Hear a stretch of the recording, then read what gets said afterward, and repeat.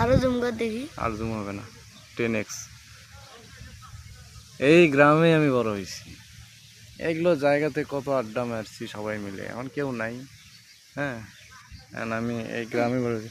জায়গাগুলো কেমন অচেনা অচেনা মনে হচ্ছে, মনে হইতেছে যে অনেক দিন অনেক বছর পর আসলাম। আসলেই তাই, 4-5 বছর পর আসলাম তো এগুলো, এই জায়গাগুলোতে খুব ভালো লাগতেছে, মনে হচ্ছে নতুন কোনো জায়গায় আসছে এরকম।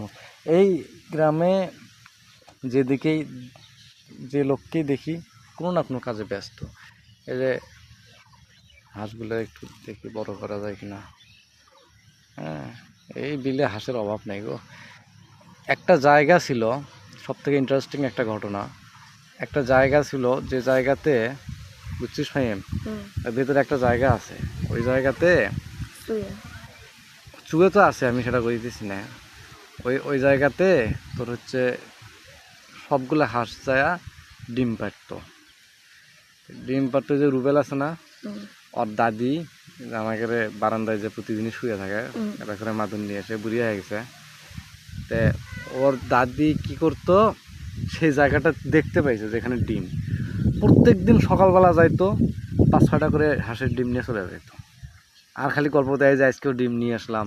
কাউকে বলতো না যে আমি হচ্ছে অমুক জায়গা থেকে হচ্ছে ডিম নিয়ে এসছি, কাউকেই বলতো না। যাই হোক, ন্যাচারাল পরিবেশ, গ্রামের পরিবেশ। This is my small brother. হ্যাঁ, and this is the small forest. হ্যাঁ, এটা ছোটোখাটো একটা বন জঙ্গল, কোনো ই না। জঙ্গলটা একটু ঘনই হয়েছে আগের থেকে, এপাশ থেকে ওপাশ দেখা যাচ্ছে, দেখা যাচ্ছিল কয়েক বছর আগে। আগের মতোই আছে। আমার দাদা দাদির কবর আছে যে এইদিকে,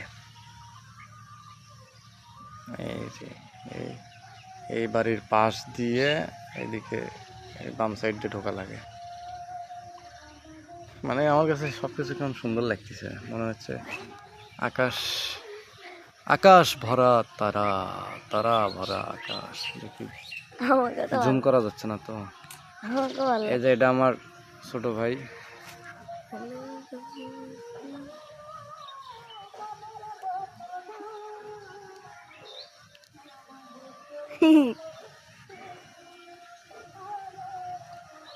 বললাম ভালো লাগতেছে রে,